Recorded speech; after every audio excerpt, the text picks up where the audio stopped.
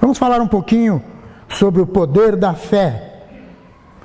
Nós estamos vivendo períodos muito difíceis no Brasil, muito difíceis, muitas dificuldades, em períodos de incerteza, quando os problemas enormes, problemas complicados nos cercam, a fé é a resposta. Esse é o tema da nossa mensagem de hoje. A fé, o poder que a fé tem. A vida cristã pode nos ajudar muito, porque ela é marcada pela fé. A fé cristã pode vencer nossas dúvidas, nossos temores.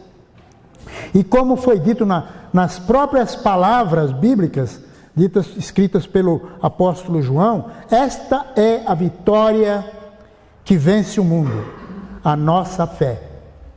A nossa fé é que vence o mundo. Nós vivemos num mundo de incertezas, num mundo de instabilidade muito grande.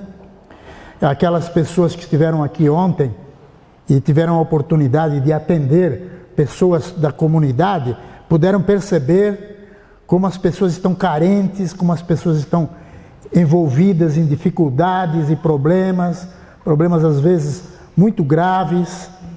E com tudo isso, as pessoas ficam confusas, sem saber as respostas.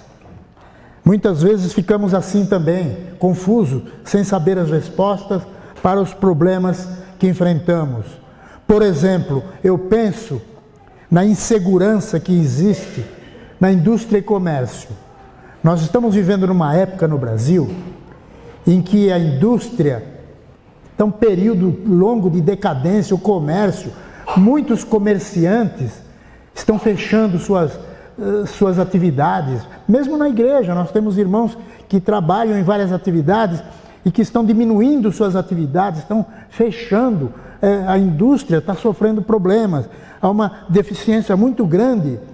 Eu estava lendo que alguns empresários têm dificuldades para encontrar pessoas qualificadas para assumir papéis de destaque, de gerenciamento nas suas empresas. Por outro lado, as dificuldades relacionadas com empregos é grande. É muito grande o número de pessoas desempregadas no nosso país. Até mesmo na nossa comunidade aqui, nós temos pessoas lutando para conseguir um trabalho. Está muito difícil. Essa é uma contradição. A indústria precisando investir em pessoas qualificadas e as pessoas querendo trabalhar e não há uma concordância, não há uma compatibilidade. E nós perguntamos ainda, e com relação aos impostos? O que nos espera? Sabe que nós trabalhamos 1/3 do ano para pagar impostos. Talvez você diga, mas eu não pago muito imposto. Você paga indiretamente. O que você come, a condução que você usa, medicamento, tudo que você usa, tudo que você consome, está embutido imposto. O Brasil cobra uma carga muito alta de impostos e os nossos políticos estão pensando em aumentar o número de impostos para cobrir a defasagem financeira do país, que muitas vezes é corroída pela corrupção, pelo desvio, pela imoralidade política. Existem também incertezas na área da educação. Se você está na escola ou é professor, se você conhece a situação escolar do Brasil, você sabe como existe tanta dificuldade, tanta incerteza. A qualidade da educação, principalmente, está sendo atacada. No passado, quando eu era criança, a escola pública tinha qualidade. Quando uma criança não conseguia acompanhar muito bem o desenvolvimento da escola pública, que era um ensino de qualidade, os pais, para que os filhos não perdessem o ano, pagavam uma escola particular, porque a escola particular era um suplemento para quebrar o galho, para ajudar. Hoje, as escolas particulares estão acima em termos de educação do que as escolas públicas. As escolas públicas estão defasadas, com raríssimas exceções. Os professores são mal remunerados. a educação está sendo abalada de uma forma ou de outra. O custo crescente da educação deve ser considerado. Sabe que a educação e a saúde no Brasil está sendo relegada ao segundo plano. O estado de São Paulo, só para citar um pequeno exemplo, as escolas que estão sendo sucateadas, escolas que não têm verbas, as santas casas, toda a cidade do interior tem uma santa casa que é mantida em parte pela prefeitura, em parte pelo governo federal. E não há dinheiro suficiente, não há verba para manter essas atividades com certo nível de qualidade. Só aquele dinheiro que foi achado no apartamento daquele indivíduo, aquele dinheiro que vocês viram nos noticiários, só aquele dinheiro já dava para resolver os problemas das casas, as santas casas no Brasil. Imaginam aquilo que não foi achado e aquilo que está depositado no exterior. Infelizmente, nós vivemos num período de incerteza muito grande. A questão da indisciplina na escola, vocês têm visto o noticiário? Vocês viram aquele aluno que quase matou uma professora? Você viu aquele aluno que essa semana que passou, que pegou um revólver do pai e matou 2 coleguinhas na escola, menino com 14 anos? E isso é comum, você vê esses noticiários.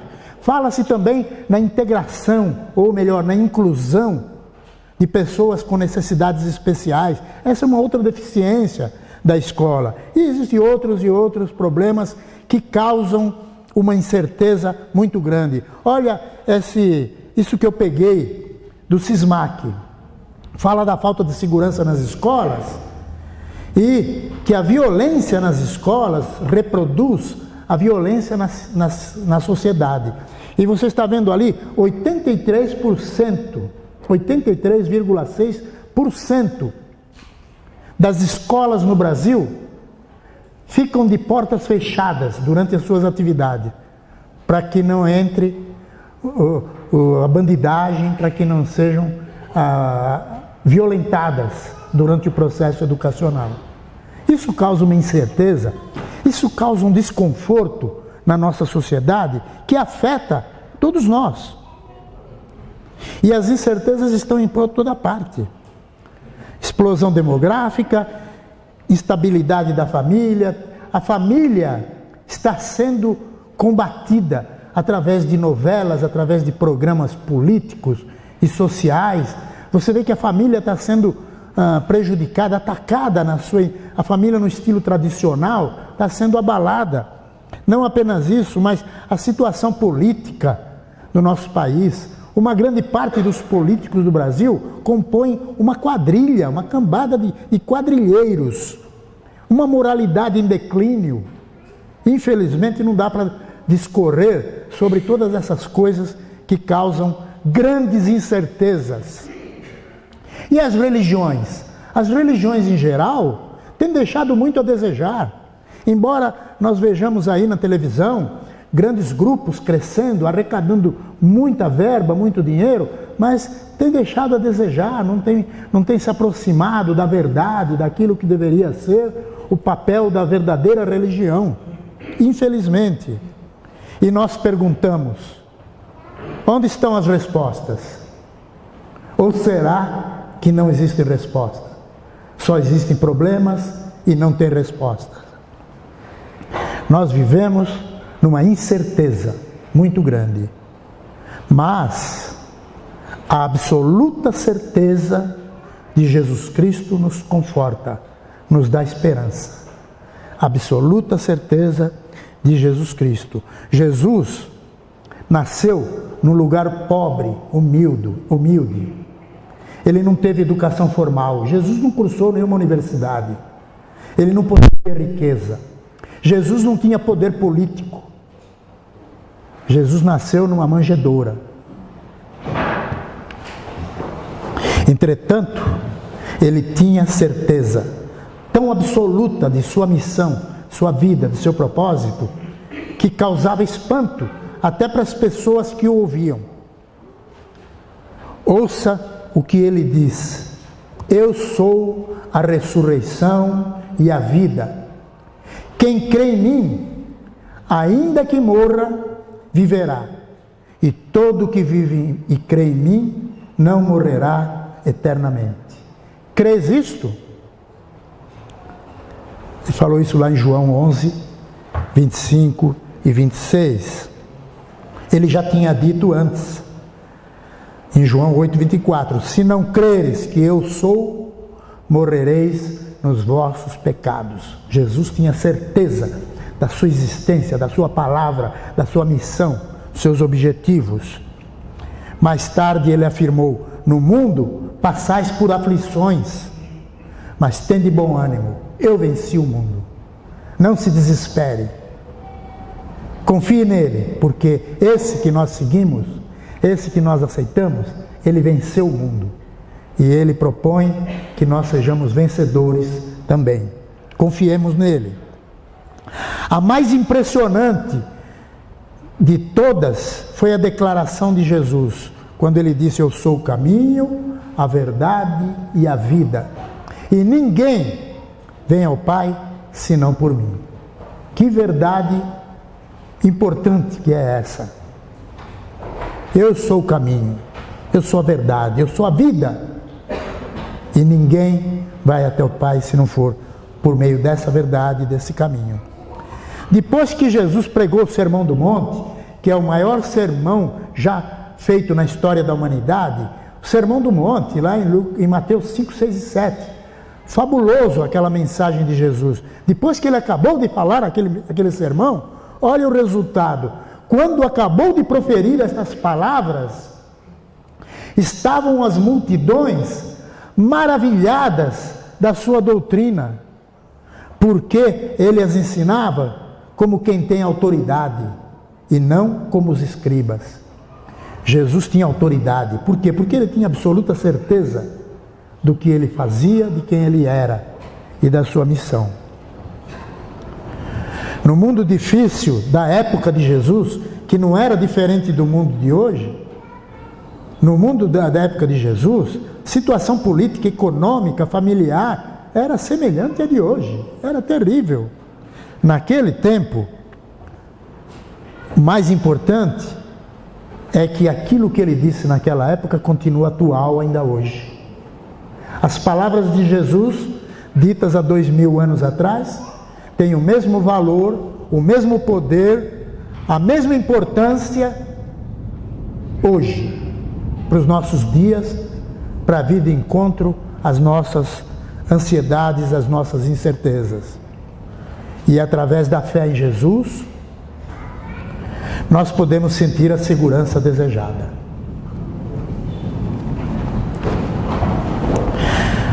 E Jesus tem uma série de promessas, principalmente no Novo Testamento, uma série de promessas que se transformam em fatos.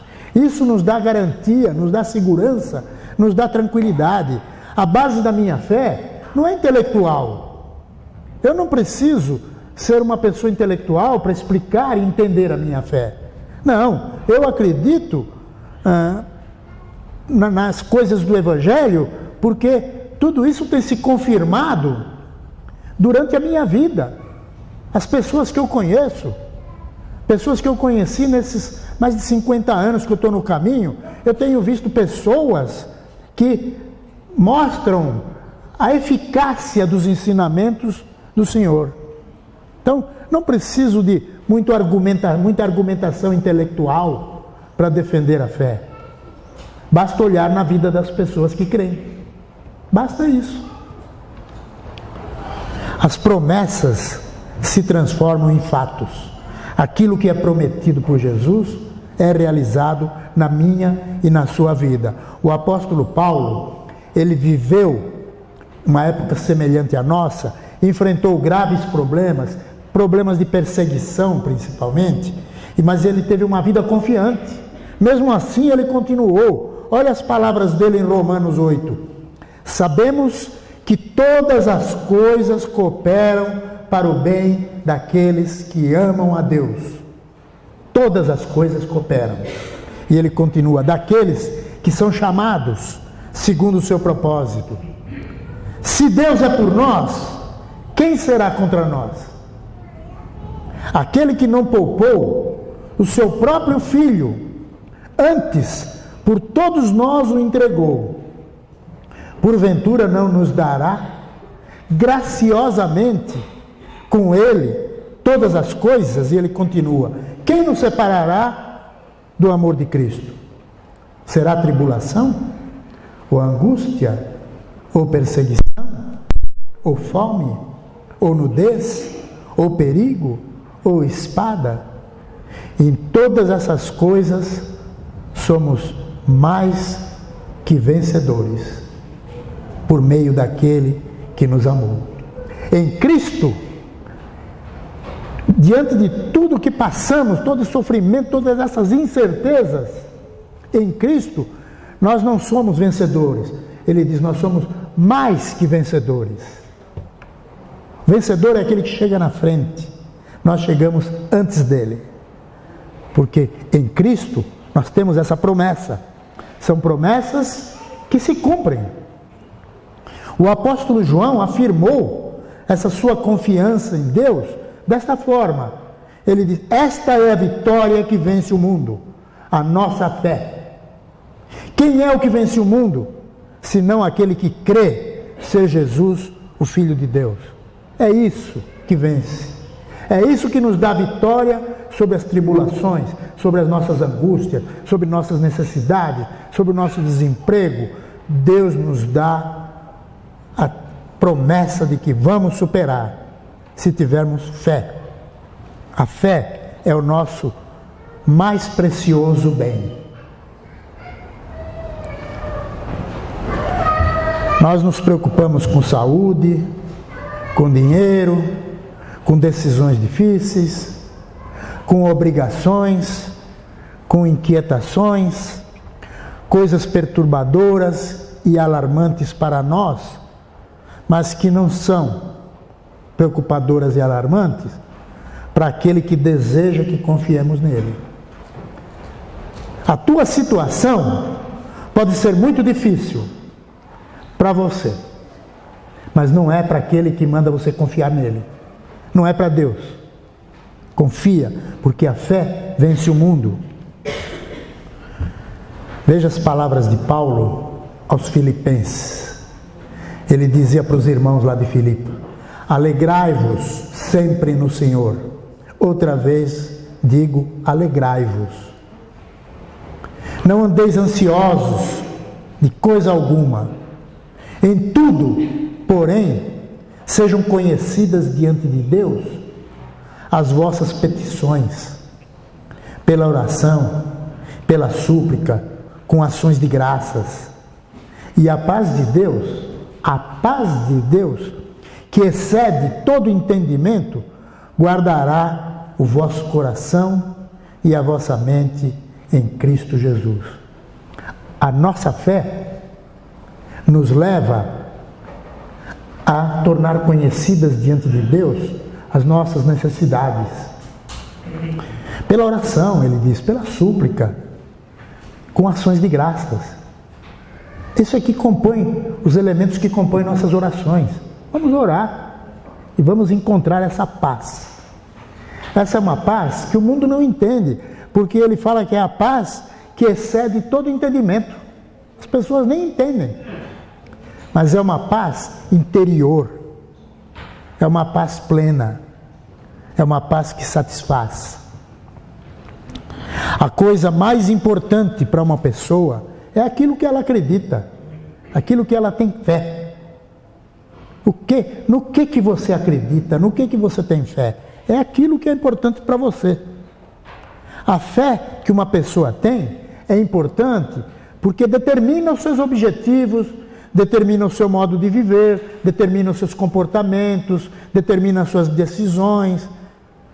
A fé que você tem determina a tua vida como um todo. Algumas pessoas acreditam em Jesus, mas de uma maneira muito vaga, muito generalizada, de uma maneira às vezes apenas intelectual. Essas pessoas precisam cultivar essa fé, lendo a Bíblia, até que a Bíblia se torne forte para fazer a pessoa agir. Porque se não ler a Bíblia para agir, ela não tem muita eficácia. Leia a Bíblia e procure agir de acordo com ela. O apóstolo Paulo escreveu para Timóteo: combate o bom combate da fé. Toma posse da vida eterna, para a qual também foste chamado, e de que fizeste a boa confissão perante muitas testemunhas. Essa é a fé que propagamos, essa é a fé que a Bíblia fala que vence o mundo. E nós queremos terminar agora com as palavras triunfantes do apóstolo João. Ele diz: esta é a vitória que vence o mundo, a nossa fé. Você tem fé? Se você tem mesmo, você é vitorioso. E nós desejamos sinceramente que você seja um vencedor em Cristo. Que Deus te abençoe.